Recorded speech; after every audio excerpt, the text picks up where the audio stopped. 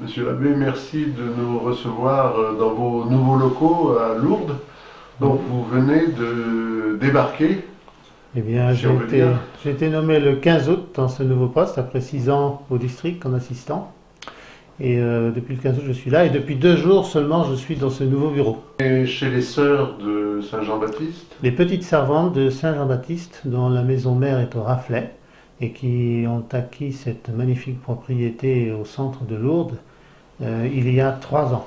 Et la maison est en cours d'installation. Alors, la maison, il y a 11 000 mètres carrés de terrain, il y a des grands bâtiments, plusieurs, et des petits bâtiments. Donc les sœurs refont un peu la maison, bâtiment par bâtiment. Il y en a à peu près 2 qui ont été refaits. Il y en a encore 2 ou 3 à faire. Donc elles vont très vite, mais ça sera quand même une œuvre un petit peu de longue haleine, quoi. Les sœurs recevront quelques malades, mais pas beaucoup, parce qu'elles veulent, étant donné le caractère spécifique de Lourdes, conserver la possibilité d'y loger des pèlerins. Il y a trop de gens qui n'ont plus la messe parce qu'ils n'ont pas le moyen d'y aller. On voit la joie des personnes qu'on a ici, qui sont dans ce cas-là, d'avoir 3 jours de messe et de prière. Ils repartent, ils disent, on est gonflés maintenant, ça y est, c'est mieux qu'une retraite. Je sais pas, il y aurait peut-être des services à créer pour le transport des malades le dimanche. Au moins les malades ou les bien portants. On a beaucoup de personnes âgées qui viennent, qui sont en parfaite santé, hein, mais qui n'ont pas la messe. Et il y a un des bâtiments qui est assez grand, qui sera réservé ce sera une maison de retraite, plus spécialement pour les prêtres âgés, parce que nous devenons de plus en plus âgés tous, et donc prévoyons l'avenir, et avec la fraternité, c'est convenu avec les sœurs que ce bâtiment, où il y aura 20 à 25 chambres, sera plutôt pour les prêtres âgés. Voilà.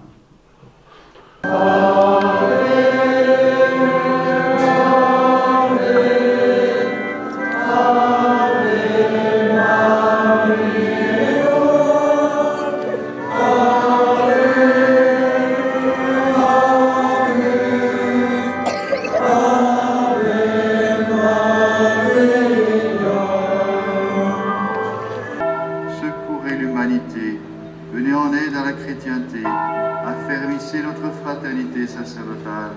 Saint Pie a eu des liens très forts avec Notre-Dame de Lourdes.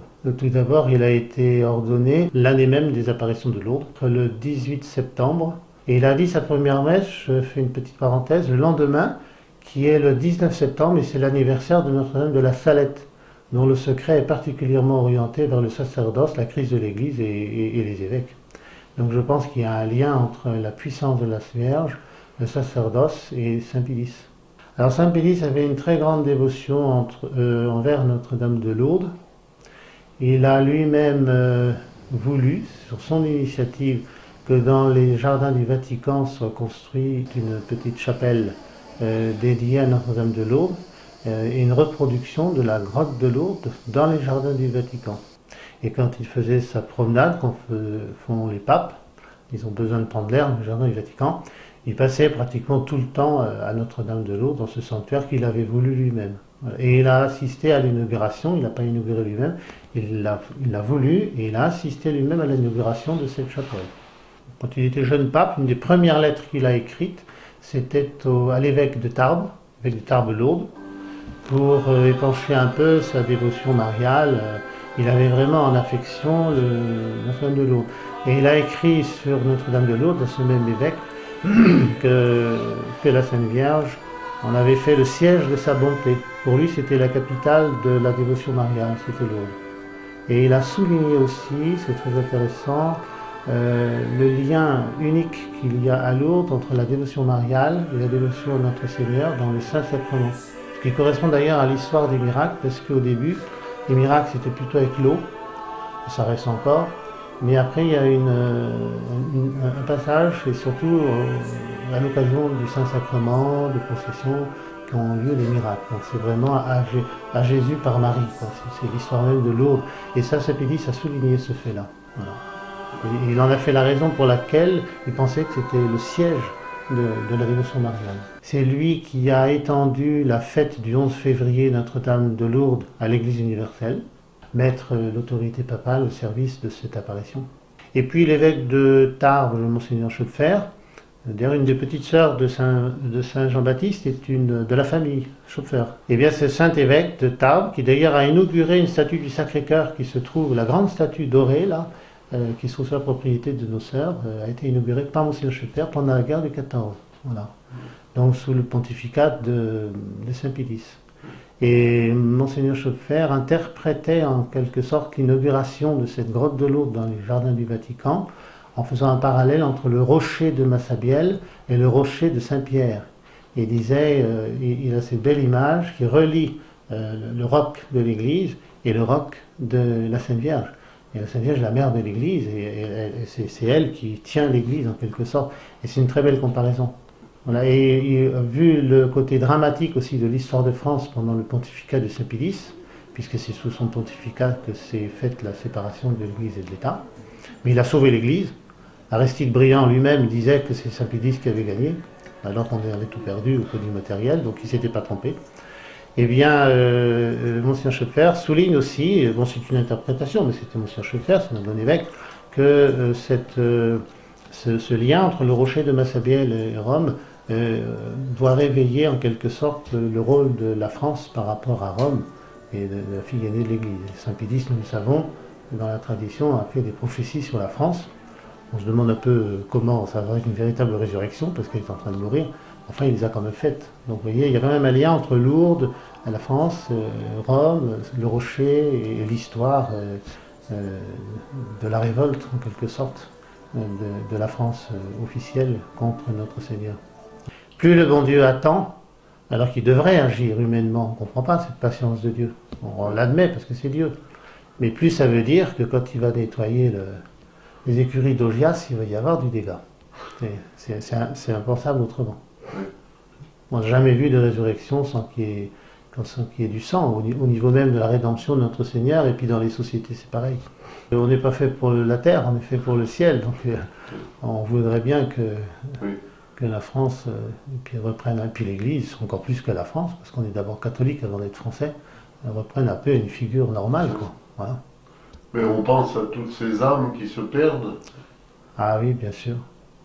Et ça, justement, je suis à Lourdes depuis 2 mois, je connaissais bien Lourdes, j'y suis venu bien des fois, mais c'est toutes ces âmes qui se perdent, comme vous dites. Lourdes, c'est très consolant, parce qu'on voit passer toutes sortes d'âmes. Tout le monde catholique passe ici. Depuis les gens qui sont peut-être un petit peu superstitieux, aux gens qui sont très fervents, qui connaissent la doctrine, qui la connaissent mal ou qui ne la connaissent pas. Alors ça, c'est très beau, et on voit que devant la grotte, il y a du respect. Même les gens les plus apparemment éloignés, qu'on croiserait à Paris dans le métro en se disant ils n'ont rien à voir avec la Sainte Vierge, eh bien on les voit à la grotte et ils se tiennent. Alors ça c'est vraiment encourageant. On voit que la Sainte Vierge vraiment prend les gens là où ils sont. Elle est vraiment la maman de tous les hommes. Voilà. Et ça à Lourdes c'est vraiment tangible. Et ça a une redondance même sur la ville. Quand vous vous promenez en soutane dans Lourdes, et c'est pas vrai quand vous vous promenez à Paris. J'ai pratiqué les deux.